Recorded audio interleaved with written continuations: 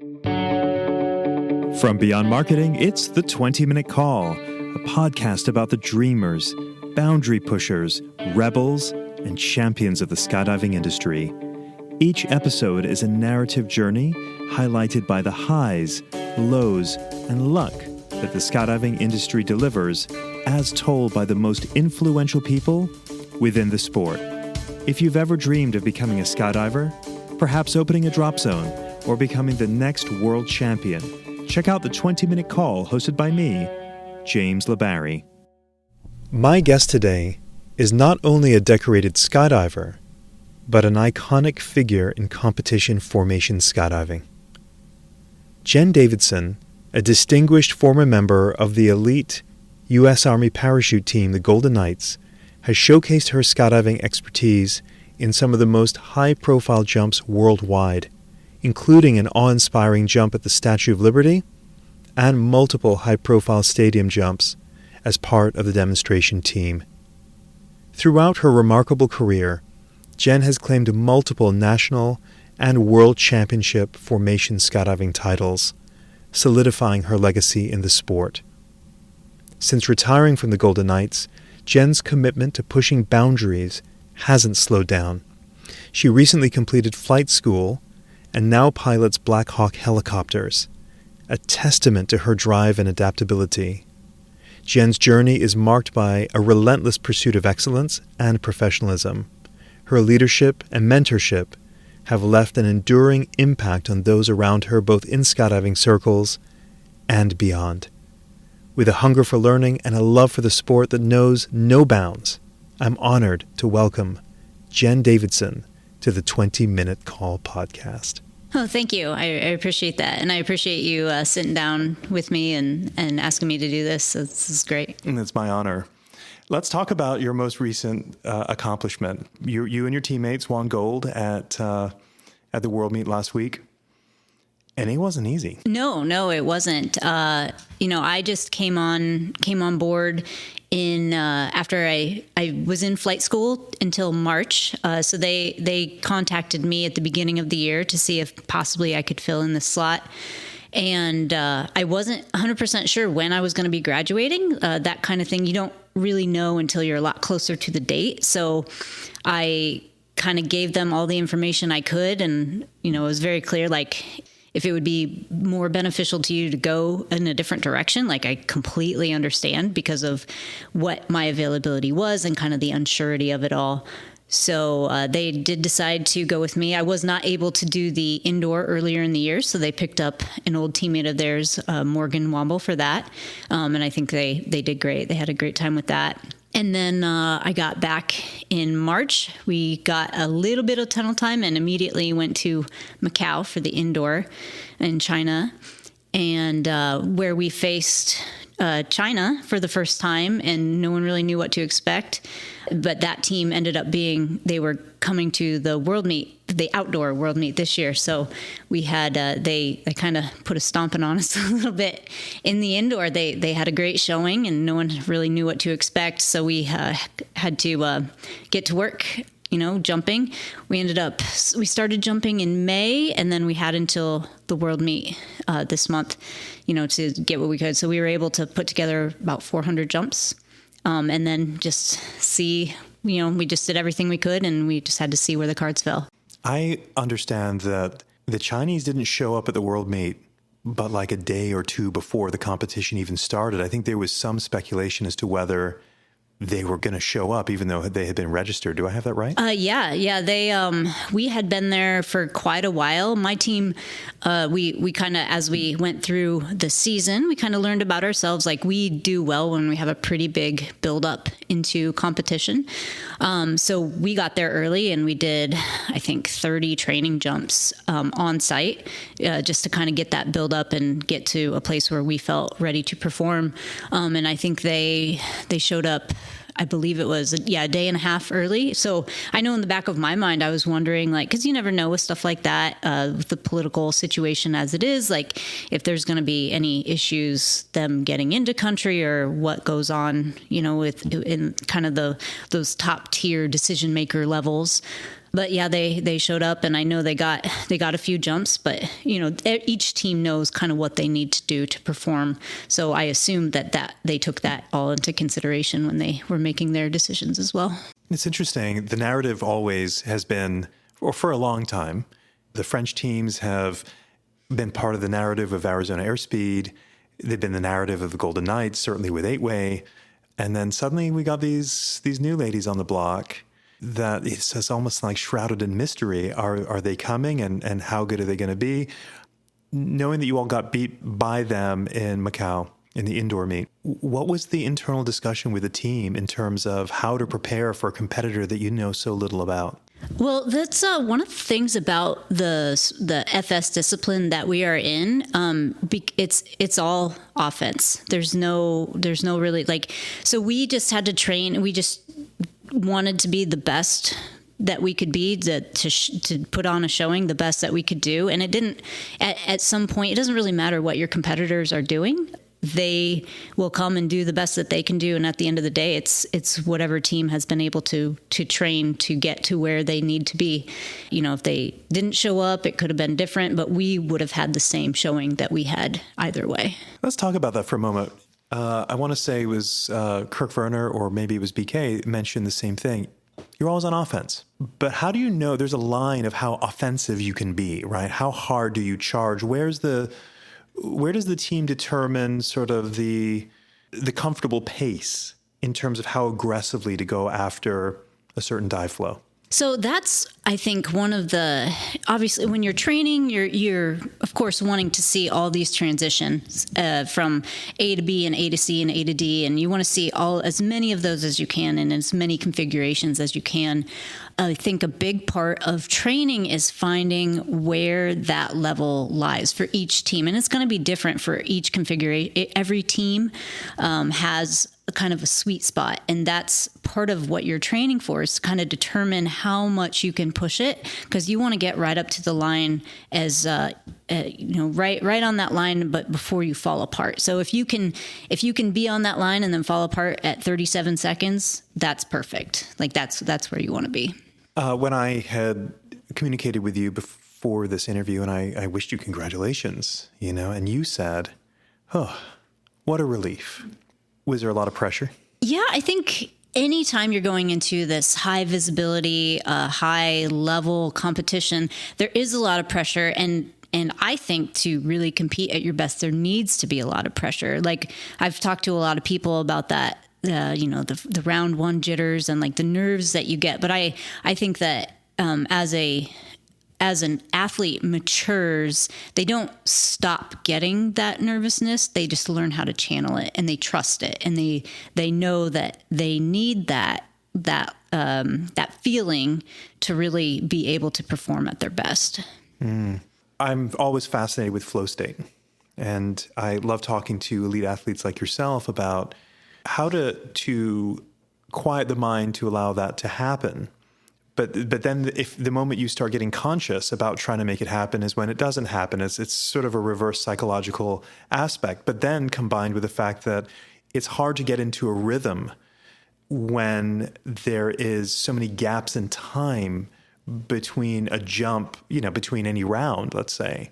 It's sort of, how do you know when to let off the gas when you land, to sort of be relaxed, but also to be focused? You're sort of pensive. We still have work to do. We're on a call, or it might be a 40-minute turn. How do you deal with that from a mental mindset of preparation and allowing things to just happen to try to get to a flow state without overthinking?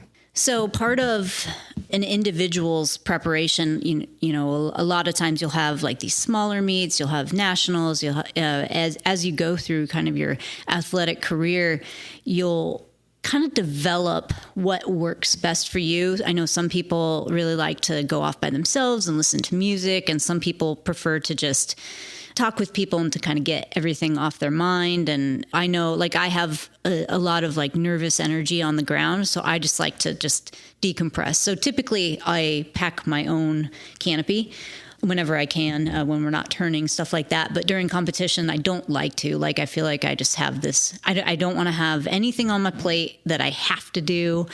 So I just like to be able to do whatever I kind of am feeling like I want to in between the rounds. And of course, as a team, we have our flow of what we do once we get on the ground. So we'll give each other high fives in the landing area. We'll kind of chat about that. We'll drop off our gear to get packed or lay it out to be packed. Some of my teammates will pack their own during competition. Then we'll look at the jump, make sure everything looks okay. We'll get the next dive flow. We'll go prep that. And then we can kind of do whatever it is that is our own personal, like, this is what I'll decompress, sit down, decompress a little bit. Whoever's packing their stuff, like some people will be, get something to eat, something to drink, stuff like that. So everybody kind of has their own individual, like, this is what I really need to do to be at my best for this next round.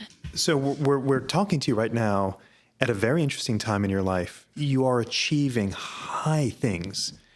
I want to get a sense of your evolution. What were you like as a kid? I know you're from a small town in Iowa. I am from a small town, Iowa. I would say I was not a very interesting kid. I hadn't even flown in an airplane until I went to basic training. So I was almost 18 years old the first time I ever flew in an airplane.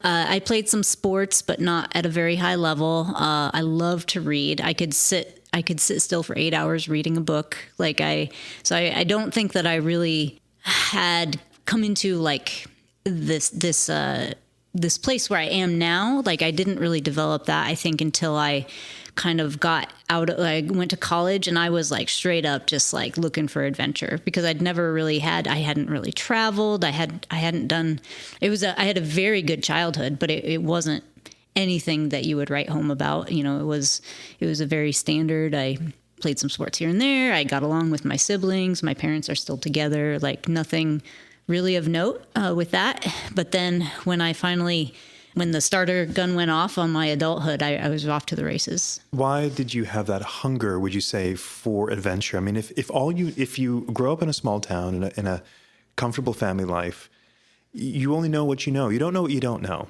But yet you have this hankering for adventure. Why? What was driving that? So I think in my particular case, my dad was, I think I got it genetically, like from him. There's something, he grew up in Iowa by himself, but he kind of had that same type of thing. So he went away to college in Idaho, which was, most of the family stayed in the area and went to college locally or didn't go to college at all.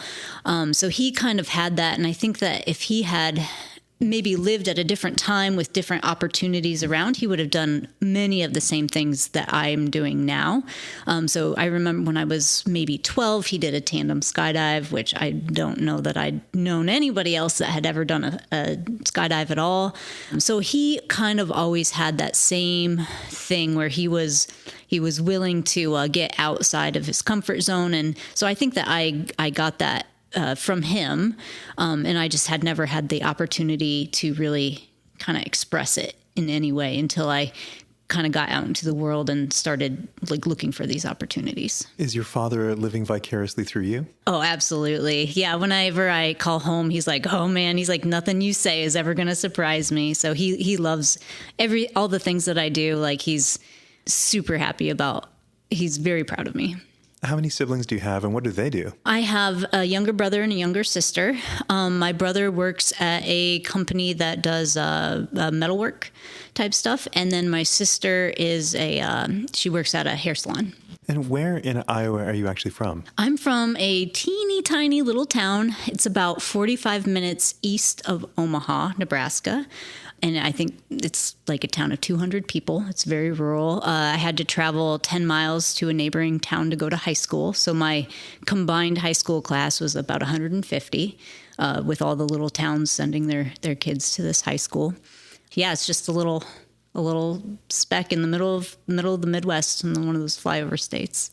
Of all the books, being that you've been such a prodigious reader, is there a book or a couple of books that have like really impacted you that has helped with your journey? So I'm a very eclectic reader. I like, I do biographies, I do fiction. I really like sci-fi fantasy. So I think I read a little bit more for like the escapism of it.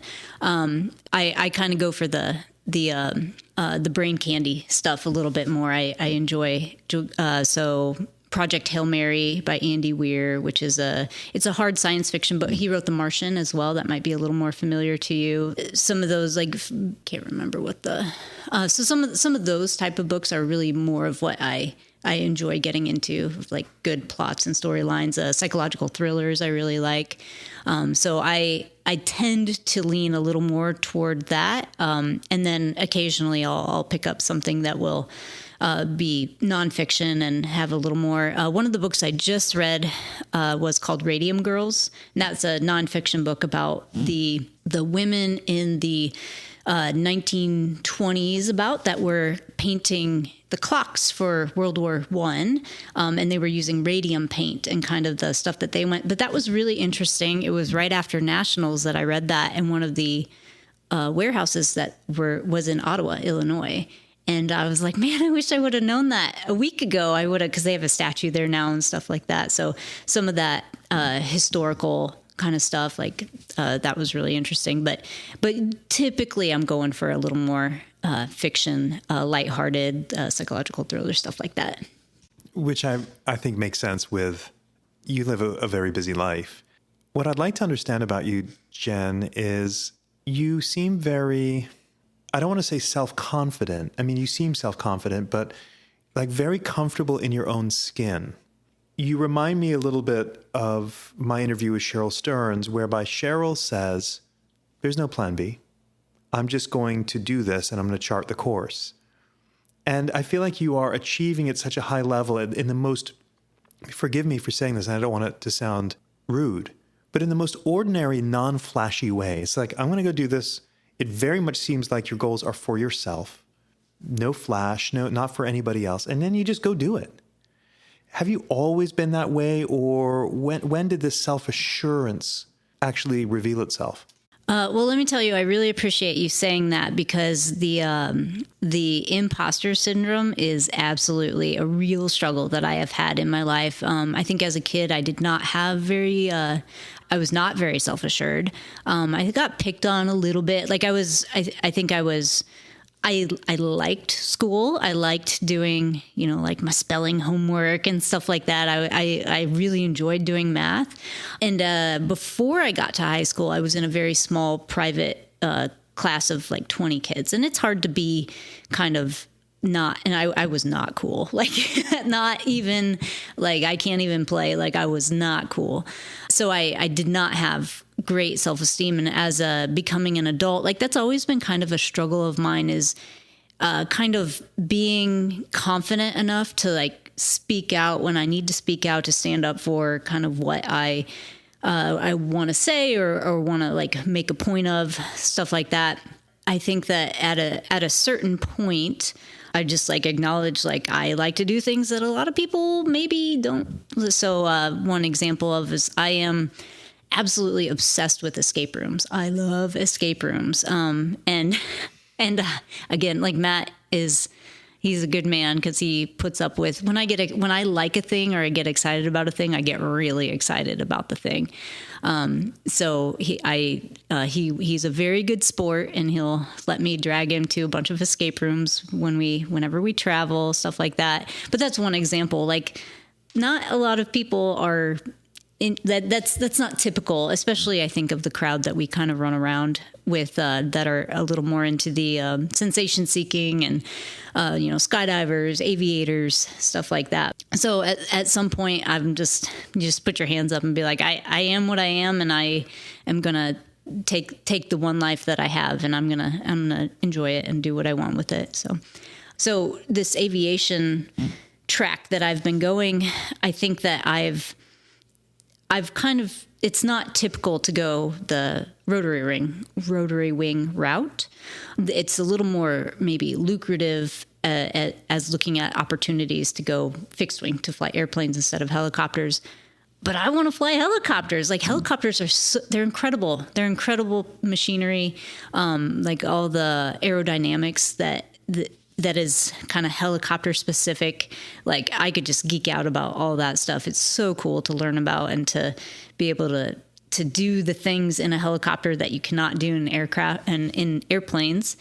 And so I was talking to my husband about, I have this credentialing assistance through the military that you can have a certain amount of money as a reservist that I could put toward maybe getting my commercial rating in fixed wing or something like that. And I'm like, but I want to fly helicopter. So maybe it would be like smarter to do that, but I'm like, that would be the logical thing to do. But I want to fly helicopters. Kind of when you make your own way and you're not following this maybe method that has been kind of set out, like you get certain opportunities that you wouldn't have gotten otherwise, and you're really able to kind of lean into the things that you like and to make your life your own. If you're a DZO or DZM listening to this podcast and you're not using Burble, I've got a question. Why not? If the reason is price, what's the cost of your time? Other booking and manifest softwares are a one-size-fits-all. Burble was built from the ground up by a DZO for DZOs to maximize efficiency. Now, isn't that nice? There's no software that compares. Choose Burble. Okay, I got 2 quick comments here. There must have been a tipping point, though, with this imposter syndrome, because I'm aware that when there was changes in the Golden Knights, and they were looking at bringing an 8-way team back in. And here you are, world champion. And it didn't look like you were going to be brought onto that team. And I think you were one of maybe 2 or 3 world champions still on the Golden Knights. And you had to fight, sort of wave your flag to get on that 8-way team. Please tell me if I'm wrong on this detail. I think what you're referring to was it was actually after the women's team on the Golden Knights was done after the World Meet in 2016, and then they were putting together. So the 8-way team had always kind of done. They didn't train 4-way, but then they'd put together 2 4-way teams, and they would go and compete. They'd put maybe 10, 15 jumps towards it, and then they'd go compete at nationals. And this was right around the time that BK had left, and so there was a slot on the A team of the 8-way team, and they needed a point, and I was a very recent world champion point from the women's 4-way team, and they were going to take somebody else in that slot, and I really had to advocate for myself to at least get an opportunity to try. So I think that's what you're referring to. Yeah, that's what I'm referring to, and the point that I wanted to make in bringing that up is for someone with imposter syndrome. And, it's a very male sort of dominated unit, I suppose. At some point, you have to have the confidence to say, no, I'm going to advocate for myself. I could easily just sort of shrink back. Was there a point in your journey, if you will, of being sort of little Jen, doing doing your thing, and then going, wait a minute, no, I need to speak up for myself, despite having imposter syndrome, which I think so many, myself included, feel? I'm not sure where the tipping point of that was. I will say that I think I still have imposter syndrome. I think that being aware of it is super helpful, and being like, it doesn't make any sense that I would feel that way. And you kind of have to like talk yourself out of that, or just acknowledge that it's going to be over there in the corner, and just at some point you're just like, I'm just not going to listen to that voice that's telling me those things. But it's still there, especially when it comes to like coaching. Like people will ask about if I could coach this or that, and I'm like, what? Like that's crazy. You want me to tell you?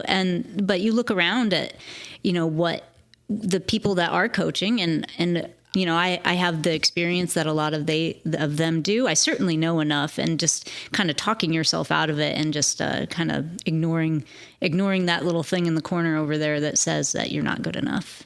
And I want to come back to, because you mentioned helicopters.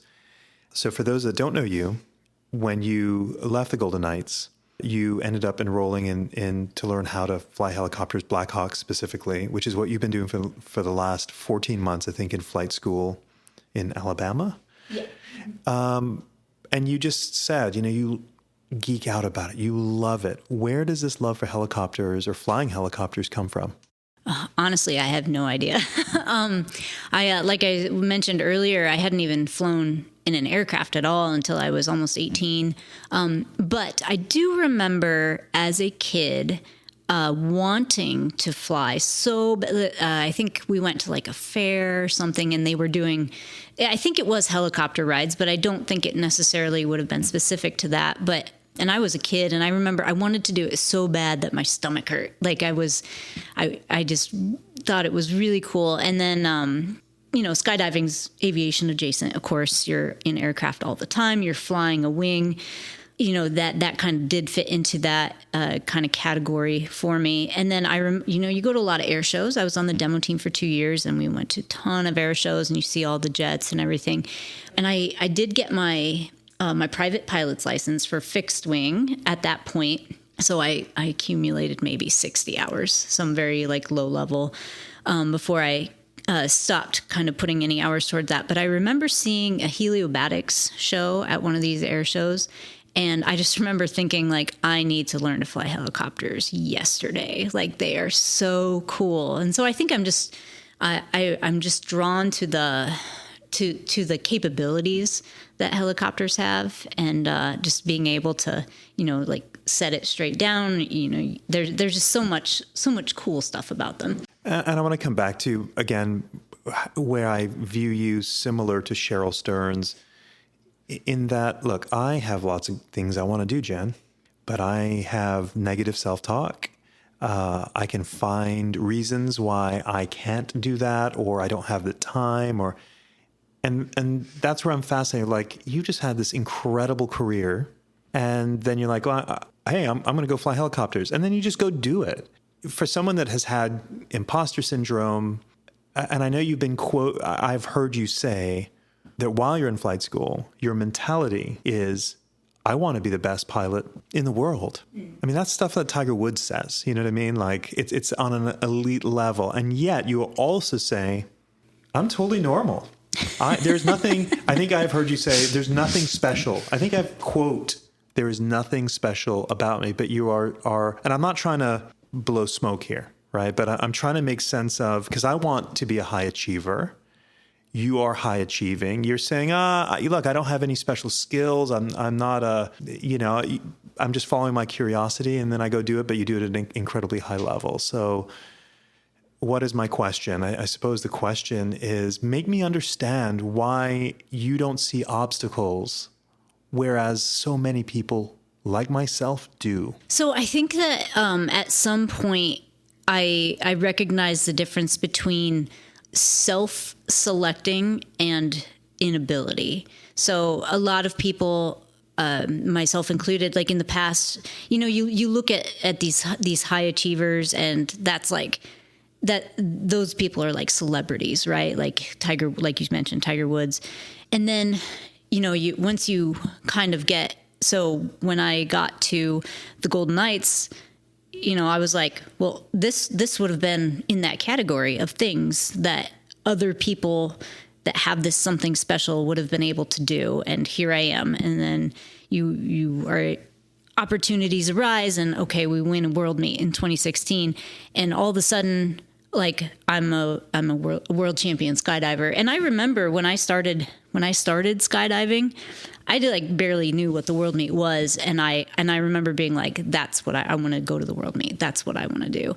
And I barely knew what four-way was at that time. I probably had 30 jumps, and I was just geeking out about everything because that's what I do. So I think that it's recognizing that a lot of the stuff that I haven't been able to do, it's because I told myself I couldn't do it. And I just thought that's something for other people. That's not, but really there's no reason.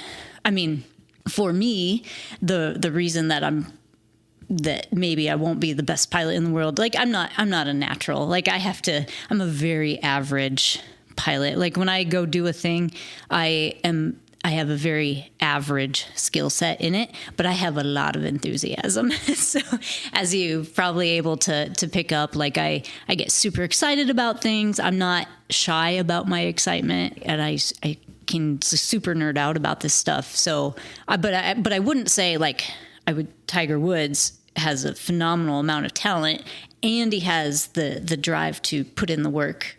Right. So I don't have that phenomenal amount of talent. I just have like A for effort. Like I'm very enthusiastic, and I'm willing to, and I want to kind of nerd out about that thing. And I understand the consequences of self-selecting, like I'm not going to tell myself, no, I'm going to let somebody else do that. And if there's obstacles that I can't be overcome, maybe it'll kind of shunt me off in this other direction that I wasn't even aware of. And then I end up somewhere else that's a pretty cool place to be as well. That's an interesting term I've not heard before, self-selecting. So in other words, you're essentially saying, I'm going to pursue this until someone tells me that I cannot. Do I have that right? Or something tells me that I cannot. So I'm not going to say to myself, I'm not going to go to flight school because I probably won't be very good at it. Like I'm going to try, I'm going to go to flight school. And then if it comes down to it where I just am not going to get this thing, and they're like, maybe we can't carry on with you going, like, I'll let them tell me that. That's not my problem. Like I'm going to, if I want to do a thing, I'm going to go and try to do it to the best of my ability. And if it comes down to it that I can't, it's not going to be my fault that I wouldn't even give myself the chance. Does the fear of failure drive you, or is the focus on your success drive you? Oh, I don't know if I've ever asked myself that question before. It was probably a little of both. As you kind of come up in the world, and the more and more and more people, like you meet more people, you have more people in your circle of skydivers, aviators, stuff like that. Of course, I feel like there would be a level of maybe embarrassment would be the right word if I wasn't able to accomplish something. So I wouldn't say that that's nothing for me. But the drive for success is also there. So I think it's a combination, a balance. Do you visualize that success? Do you visualize the end result? Yeah, I think I do. I think about like what, for example, standing on the podium would feel like, and what it would feel like to be flying in certain missions, stuff like that. And I think about like that feeling that it would have. So yeah, I would say I visualize that. So why did you decide to join the military? Well, I told you I was looking for adventure. I was 17. I had no idea what I was doing. So we had a recruiter come to my high school. So I was like, oh, what is this thing? There's not very much military where I grew up. So I was kind of looking at that, and, I'd like to tell you it was some like altruistic, like I'm going to go serve my country. But I was really just like, I'm just looking for adventure. Where is this going to take me? And if I had waited 6 months, maybe I wouldn't have done it. I don't know. 17-year-olds are not known for making great life decisions. So luckily it turned out to be a really, really great decision. The Army's been wonderful to me, and I have no complaints. So where did you joining the Army and making a skydive intersect? So I was actually a junior in high school when I joined the Army. I turned 18 in basic training, and I joined as a medic of all things. I have no interest in medical anything. But so then I had joined the reserves originally because I was kind of sold on this, at the time, like this pathway that, you go to high school and then you go to college, and like that pathway that's kind of laid out for all of us. So I was kind of at the time sold on that pathway, that's what I wanted to do. So as a reservist, you do the 1 weekend a month, the 2 weeks in the summer, and I could join as a junior. So I did what's called a split option. So I went to basic training after my junior year of high school over the summer. And then I came back and finished high school. And then I went to my job training after I graduated.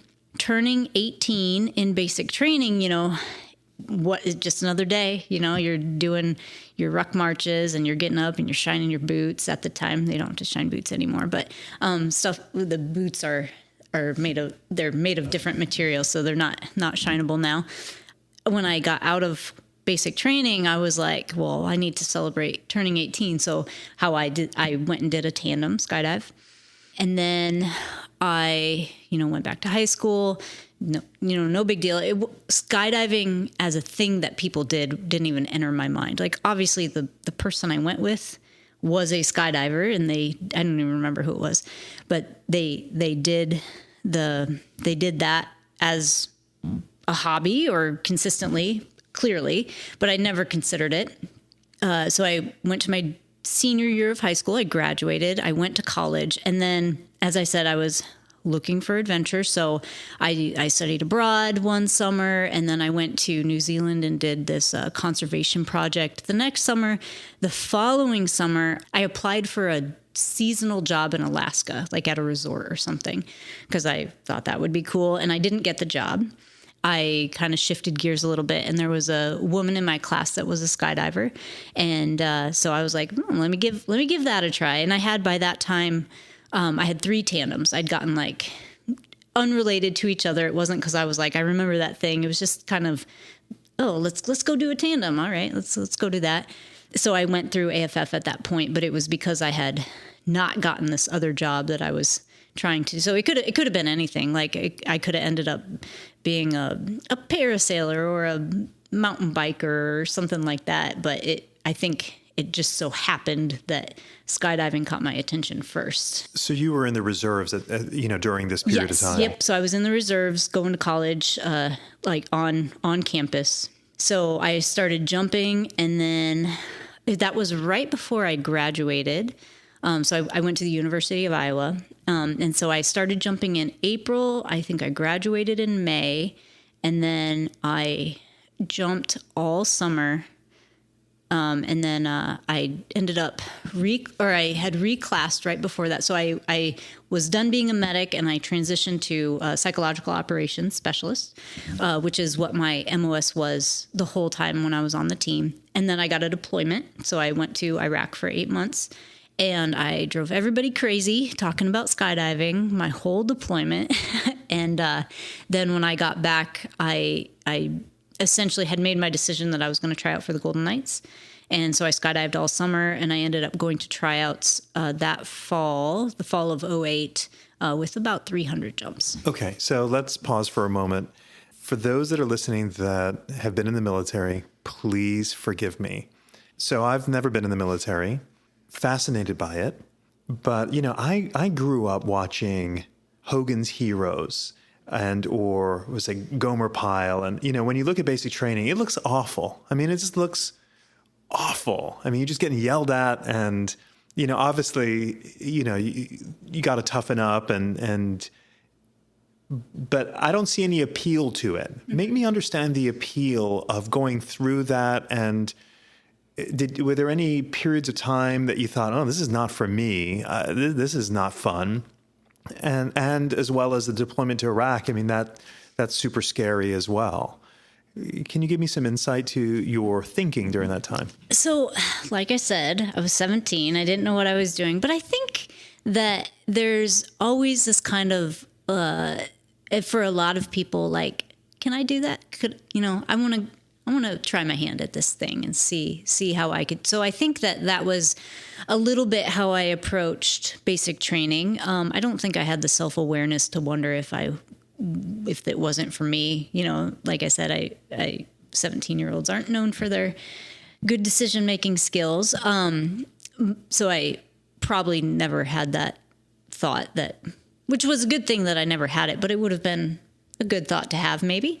So I think it was just, I'm going to go check this thing out and like see how it is. And I think that a lot of people don't think that they could do it. And I think that a lot of those people aren't giving themselves enough credit. I think that there's a huge amount of rising to the challenge of, you take yourself out of your comfort zone. And if you're determined to do a thing, I think that a lot of people could do way more stuff than they think that they would be able to do. So there's hope for me. Oh, there's hope for everybody. You just got to go do the thing. You mentioned your title as a psychological operations specialist. That is an amazing title. It's not as cool as it sounds.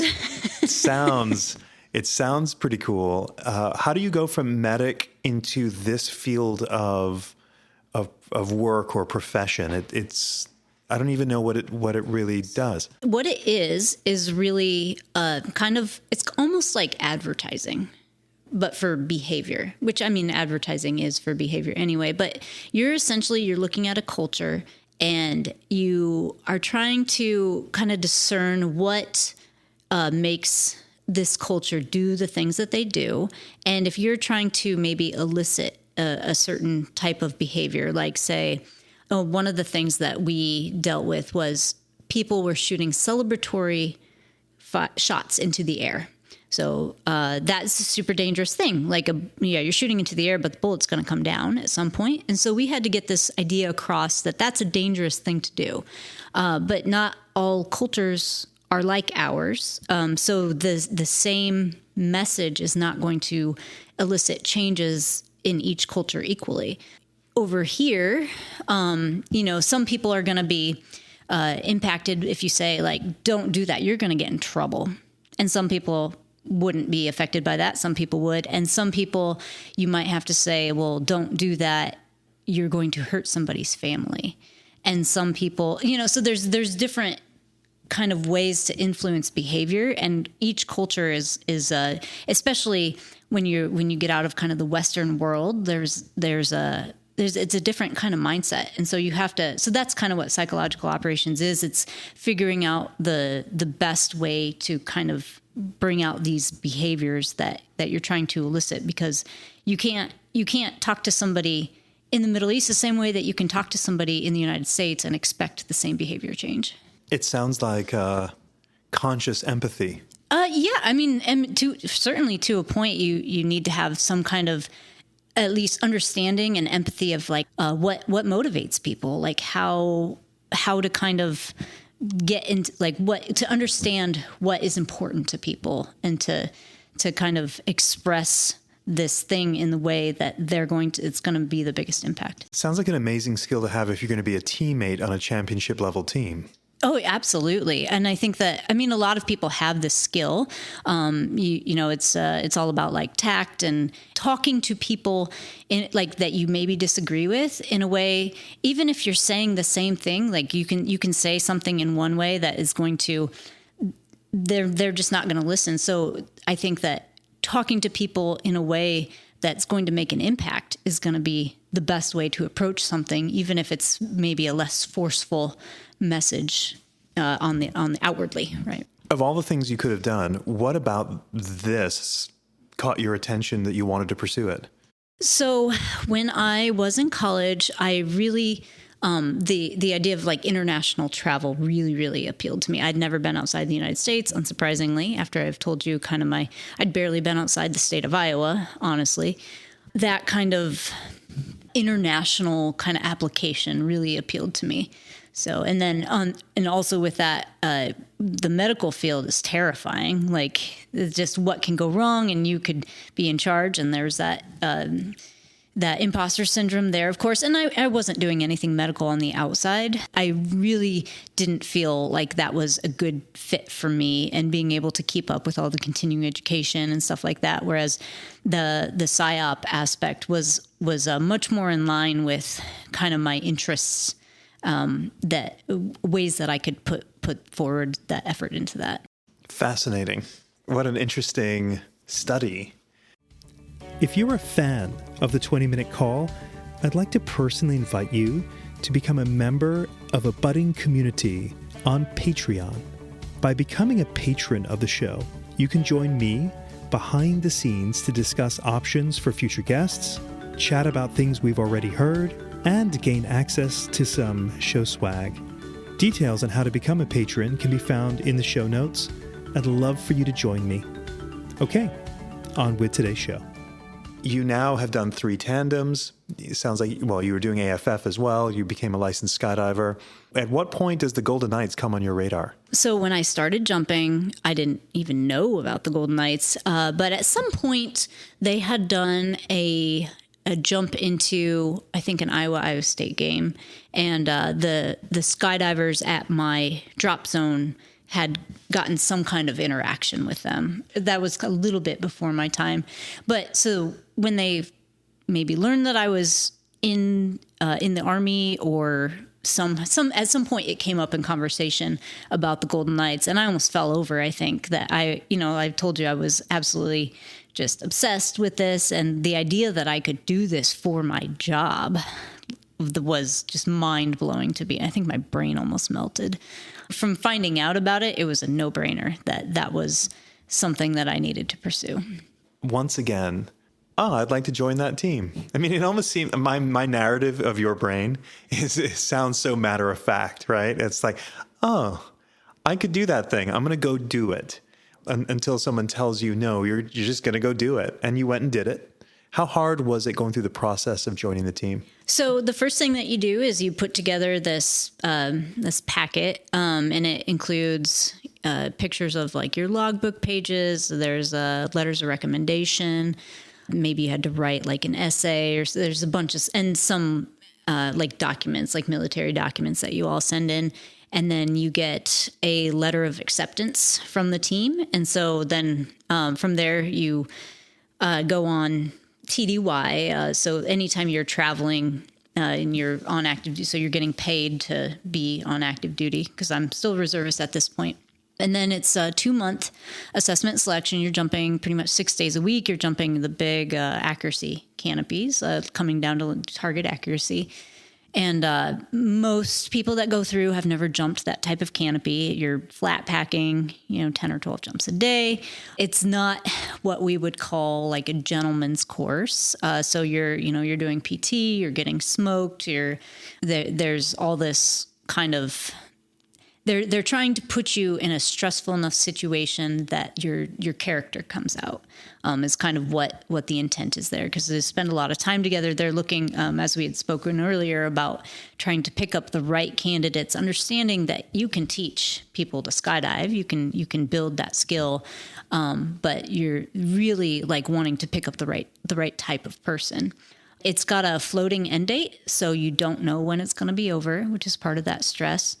So you just exist in this, trying to learn all you can, keep up with everything that you can, and make it to the end, which you don't know when it is. And then at the end, you'll at some point you'll get your jacket, which is always a surprise of when that's going to happen.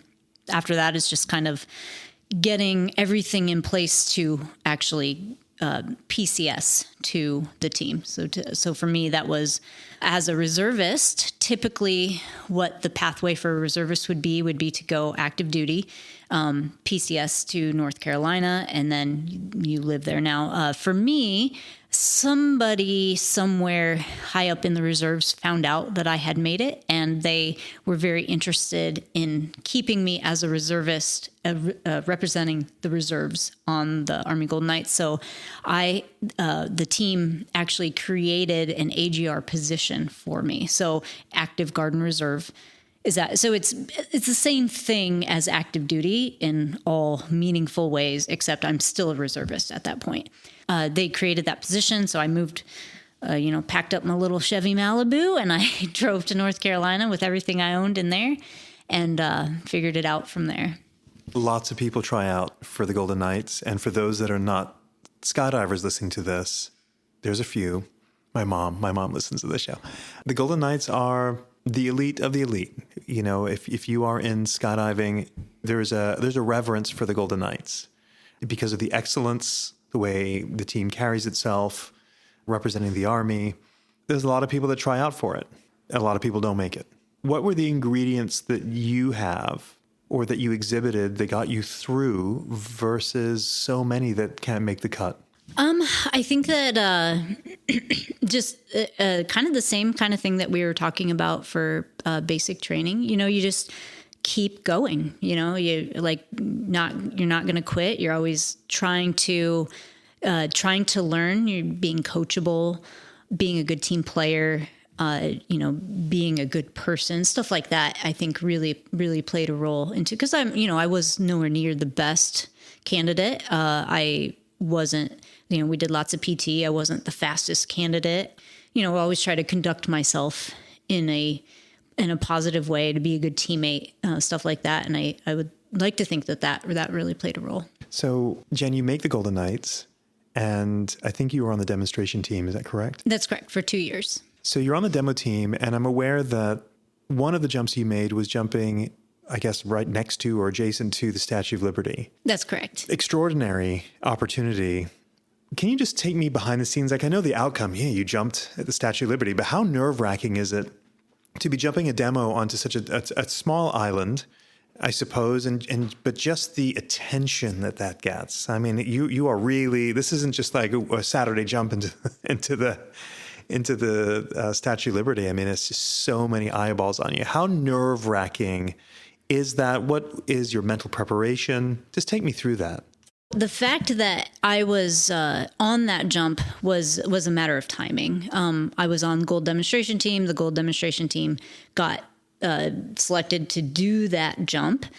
So it wasn't like they were just choosing the most, the best people for the job. It was just I was in the right place at the right time for that.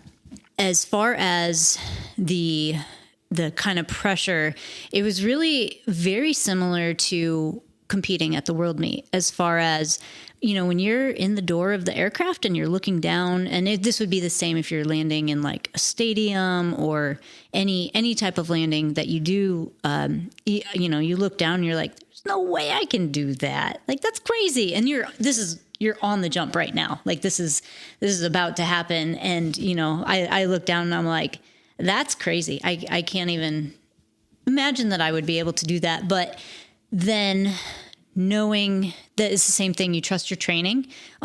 So I consciously think to myself, you know what, I'm going to put a pin in that.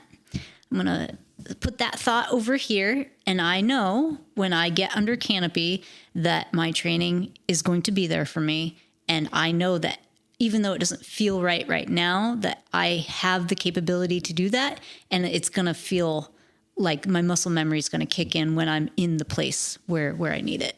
You've also mentioned you landed at a major stadium in Texas. Which stadium was that had the retractable roof? That was Reliant Stadium. How scary is that? Oh, same thing. Like the stadium roof may look big when you're in the stadium. It does not look big from 10,000 feet or whatever altitude it was that we got out. So maybe it was, for that, we probably got out a little lower. So maybe like 4,000 feet or something, but it doesn't look very big from that altitude, I tell you that. But it's the same thing. Like, there's no way I can do that. All right, I'm going to put a pin in that thought. And because I know I can. I've done, the size of the target doesn't change is one of the things that the team says during training. So this is what we train for, this is, and learning how to trust that training. Have you ever been on a demo where you were scared? Like, this is hairy, scary. I don't think, the team's very good about, safety precautions, So we have very kind of strict wind limitations for stadiums, even more so. So that would be both and it has a lot to do with the canopies that we're jumping are not super agile canopies. I was on like a 245. So for someone my size, like, that's good that they had those limitations. It's both for the amount of wind, but also the gust spread. And it's even more conservative going into stadiums. Jen, you are such a high achiever in terms of, everything you've done. Between skydiving and being a multi-time world champion on one of the most elite teams, one of the harder teams to get onto in the world. You were an outstanding CrossFitter. We haven't even talked about your fitness and your dedication to that. Now you have just come through flight school and already doing some really cool things with flying some Blackhawks. But all these achievements come through tremendous hard work, discipline. What are your habits? What does a day look like for you in order to achieve such big things? So I've definitely gone through phases where I'm more disciplined, less disciplined, stuff like that. I would say that I'm very, very average as far as like I have a lot of friends that are unbelievably disciplined in what they eat and what they do. And I would argue with you about the high achieving in CrossFit. Like I did CrossFit arguably, but I was not very good at it. That's not like my subjective opinion. Like I did not place well in any of the competitions. Understand where I'm coming from, that the very fact that anyone can do CrossFit for an extended period of time and get fit without dying, that's a high achievement to me. Right. Well, that's all relative, I suppose. Right now, what my, so to say, quote unquote, discipline looks like, because I would say that I'm in a very undisciplined stage of my life right now. And I think even that too, being aware of these kind of phases in your life and being kind to yourself and giving yourself some grace. So there was a point in my life that I was very disciplined, and that included, I counted my macros for what I ate. I had a very kind of regimented workout routine that I ascribed to, and so there were all of these kind of things. And right now, I feel like I'm in a stage where a little bit like I'm just hanging on to the to the tail of that airplane. Like I'm just trying to survive right now. And so I know that like what I'm doing right now isn't the most, it's not going to get me the most, the best result possible, but I'm still moving forward and knowing that like, there's enough time and place in your life that you can have some flexibility in that. So right now, I do have somebody that I pay for programming, to program my workouts. I did not do any of it when I was at the World Meet. I was at the drop zone some days were 12 or 14 hours between 4-way and 8-way. Even though I wasn't jumping in 8-way, I was still present for all of that. And I wanted to make sure to be there as the alternate, and to kind of, you want to make sure that if opportunities arise, you want to be present for that. So I had really long days. It was, and you're out, how it is being out on a drop zone all day is very draining. And so I just straight up did not have the bandwidth for it. So I didn't do it, and it'll be okay, So, and it's the same with food. I certainly would get better results if I was very strict with my diet. I don't have the bandwidth for it right now. So that's okay. Like I'm 100% okay with that. It's interesting. So many of us beat ourselves up, if we are, even that maturity to give yourself some grace. So many of us, and I'm going to just say it, me, I'm my own worst critic. I'm never quite satisfied with what I'm doing. It could be better. At what point in your maturity have you allowed yourself, particularly as such a high achieving person, to let off the gas and go, it's okay?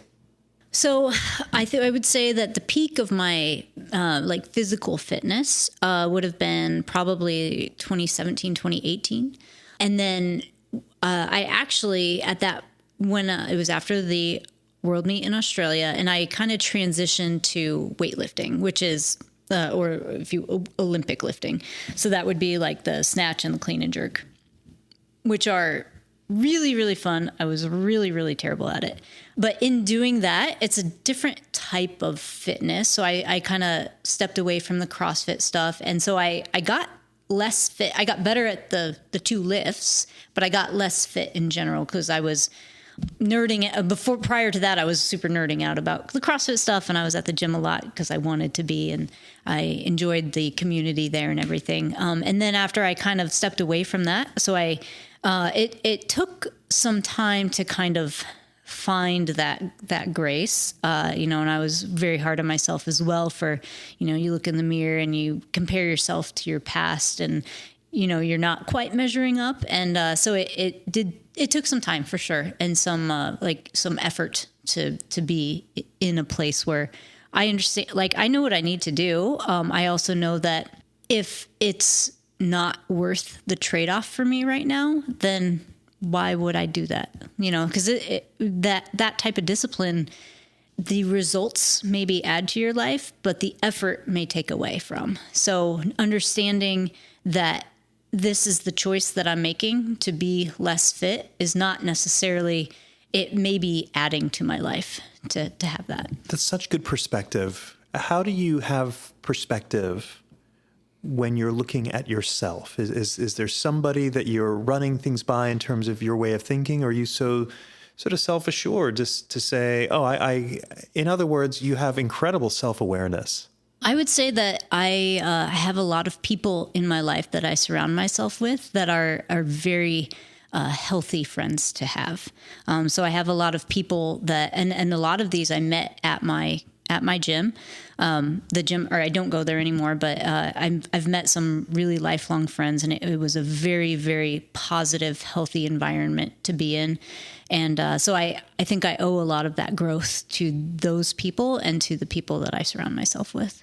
Jen, I'm fascinated by what I term as crossroads moments, whereby we as people may make a decision that seems almost mundane, almost like a routine decision that we might make on any given day in our lives. But that decision ends up taking us on a course that maybe we didn't even think was possible. Or we meet someone that happens to change the course of our life just by pure accidents that you met them. Has there been a decision that you've made or someone you've met that had the decision not been made, or you have not met that person, that I'm not sitting across from you right now talking about all these achievements? The decision to join the military in the first, I have no idea where I'd be, what I'd be doing if I hadn't done that. And, I'd like to think that it would be something that I would be proud of. I honestly, I wasn't that kid that knew from the age of 7 that they wanted to be in the Army and they wanted to be a skydiver. It was a very look at that thing. I'm gonna check that out. It was very kind of off the wall. I think, honestly, I think even 6 months prior to doing that, I think that I said out loud, I would never join the military. That's not for me. How crazy is that 17-year-olds, I was very fickle, I suppose. So joining the military, starting to skydive in general, I think those would be the biggest 2 decisions that have affected where I am in my life today, for sure. This podcast is sponsored by Beyond Marketing, the digital marketing agency for the skydiving industry. Now, I'm not a fan of lots of ads during a podcast. I mean, who likes ads? So I'll stop talking about how marvelously wonderful Beyond Marketing is. But if you're curious about what the amazing people of Beyond Marketing do to help drop zones and manufacturers thrive, then you should check out their website at dropzone.marketing. That's dropzone.marketing. I almost get the sense in talking to you that you've never made, you've been true to yourself and that you've not made bad choices. I think there was a lot of luck involved with that. So I think that not everybody has a positive experience in the military. So it's certainly a combination of the people that you have around you, decisions that you make, and luck. Luck is huge also. What level do you, give me an example of some of the luck that you've had? Well, I will say too, I don't know if you've ever heard the quote, the harder I work, the luckier I get. So there's certainly a huge element of creating your own luck. And I would say that a lot of people are, when you look at from the outside, you're like, man, they're so lucky. And it's there's a lot of that's should not be attributed to luck. So it's creating your own circumstance and putting yourself in a position to succeed. But you do need an element of luck and timing. I think timing is huge in life. If I were going to draw a graph of success, there's a line at the top that's going to have timing and circumstance. I don't know what the right word would be for that. And it's going to be got a lot of peaks and valleys in this time and circumstance. And then there's going to be a line at the bottom that's going to be your decisions and your the way you conduct yourself. And so the things you have control over, and that's also going to have a lot of peaks and valleys. But the more the more you can create those peaks in that line, the more chance that those two lines are going to intersect. And so you're going to have more opportunity and more luck, if you want to call it that. That completely makes sense. And one thing that's resonating with me is there's this balance between chasing a passion, which is the word I'm using to replace what you call nerding out. Okay. Right? Like you are, because you've said that a lot. Like I'm just nerding out on skydiving and nerding out on helicopters. And I mean, that's your passion, right? Sure. You're just totally into it. That's a nicer word for it, probably. It's a nice word. Something that I've heard several skydivers say as they've gone up the ranks and have been high achievers is they were not afraid to be poor. Right. And what I hear, I think, is at no stage have you been weighing security versus passion, because I think so many people are wanting to have security and certainty over chasing the passion, and maybe the outcome isn't what they had hoped, and they've left feeling insecure. Sure.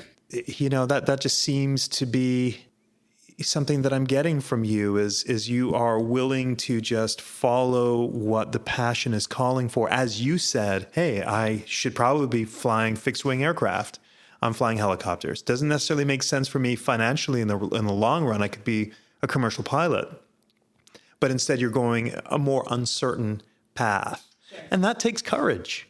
Yeah, I suppose. And I would say those two things, there's a spectrum. You have the absolute, I'm 100% secure, I'm working in a cubicle, I hate my job. And then all the way to like full send, like, what am I going to do today? I'll figure it out. And I wouldn't say that I'm completely all the way on that end, but I certainly am on that side of the spectrum, to where I'm at, especially at this point in my life, the future is not nothing, being ready. But as far as this decision, I mean, even coming off active duty, I don't have my active duty retirement yet. I've been in it'll be 22 years in January, but a lot of that was reserve time. So so the things that I had to weigh is like, well, I have my reserve retirement. I've been in long enough to have that, but that's, you'll get a certain percentage, a certain amount, but you don't get it until you're,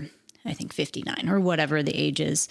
And then if you get your active duty retirement, you start getting retirement payments as soon as you retire. I came off active duty, so I'm not guaranteed an active duty retirement, but I know that I'm going to have a retirement at some point.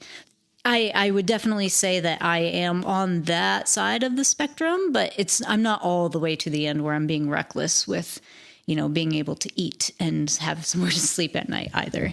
It's interesting. It's such the human experience, the hierarchy of needs, or at least having your minimums taken care of. And the irony of all of this, when you're me looking at you, outside of your world, going, anybody that puts their heart and soul into something with that level of passion or nerding out is going to be successful. It will turn out well.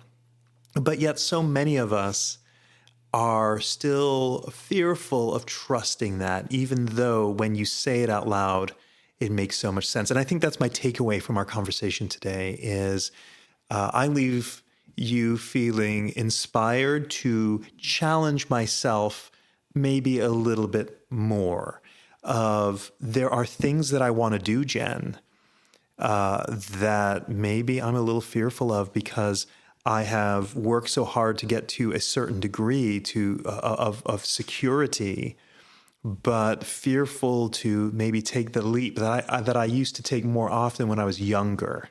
I'm inspired by you, and what's so striking, and I mean this in no condescending way, you're not even 40 yet. I just did the math.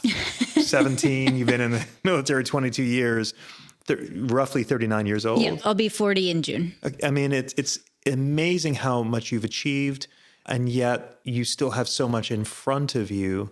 So being that your passion right now is around helicopters, what's the vision? What are you laying it and thinking about as you have this future of flying helicopters in front of you? Right now, when I'm thinking about, well, I have a flight tonight. I have to get ready for that flight tonight. And then this week has been very good to me in helicopter flying. I have a flight tonight and tomorrow and Saturday. So my cup runneth over. Well, right now I just got to get through this week, and I'm going to learn as much as I can and soak it all up and try to enjoy myself doing those things and learning those things. It's interesting is when you say, I got this tonight, I'm not hearing I have to. I'm hearing I get to. Oh yeah, I'm super excited about these opportunities that I get, and as it this year, as it kind of worked out, like I'm a little bit unemployed right now. So I came off out of flight school, which was active duty time. I had agreed to this skydiving team, which I don't know if you know, but skydiving is a little expensive. So I've spent quite a bit of money, and then I do have my reserve stuff. I get paid when I go into fly, and I get paid for drill, but that is a pretty decent pay cut. But with that, like I volunteer for everything that I'm available for, to go in and fly and to be a part of, even if I'm not flying, even if I'm in the back seat, if I'm available, I'll volunteer for that. So it's been great as far as the learning process, like putting myself in a position to learn everything I can. And it's, like I said, helicopters are so cool. Like they are so cool. So it really is a get to. And sometimes in the moment, I'm like, oh man, I'm super cold right now. And, I'm uncomfortable with this learning point. I'm not in the red, but I'm maybe in the yellow, which is a good place to learn. Or maybe I'm not performing as well as I'd like to today. And so stuff like that. So it's not all, every individual moment is not all great, but the by and large, the net feeling of it is like, this is a really cool thing. I want to say, I've heard you say this a lot, operating in the yellow. Mm-hmm. It's not in the green where it's comfortable. It's in the yellow. We're not sort of being overzealous and ignorant to go into the red, but there does take an effort to have enough pressure on the accelerator, if you will, to challenge yourself, to be out of your comfort zone enough to be in the yellow. Absolutely. I really think being aware of, and other people probably have the same thing and they maybe phrase it a little bit differently. So when I was going through flight school, some of my instructors were very much in the green instructors. They're like, I'm going to get you through the check ride, and you'll get a very, I'll get you an 85 on this check ride. So I like being aware, and I think that is part of this maturity as a person, and as I'd like to think of myself as a lifelong learner. I had to take the onus on my own self to put myself in the yellow and be like, hey, let me take these radio calls today. Like, I'm probably not going to be great at them because radio calls are hard. But let me do that thing. Can I do that thing? And so to put yourself out there and not let that, because when you're in the yellow, like you don't want to be in the yellow. Like it's not a comfortable place. Like by definition, you're a little bit uncomfortable. And so there's like this homeostasis in your brain that's like, let's pull it back a little bit. And you got to thinking consciously, like I got to put myself there. That's where I'm going to get better. And I think really good instructors know how to put you in that yellow. And the gentleman that I was flying with earlier this week was phenomenal at that, of being able to kind of put me in the yellow. And I learned a ton. It was great. But being able to do that for yourself is right up there with self-advocating. Jen, anyone listens to this is going to have so many takeaways.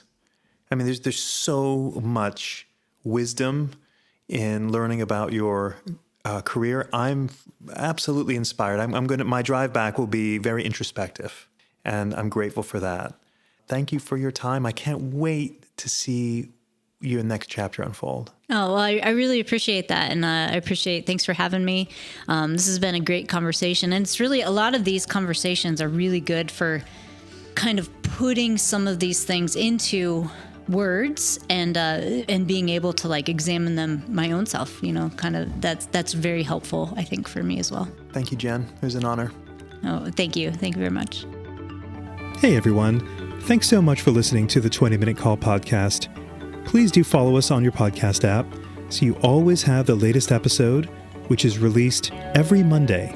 If you want to contact the team, our email address is podcast@beyondmarketing.xyz. This episode was edited and engineered by Garnet Znydrick of the YouTube channel Blue Skies, Fun Days. Thanks for listening, and join us next week for our next episode.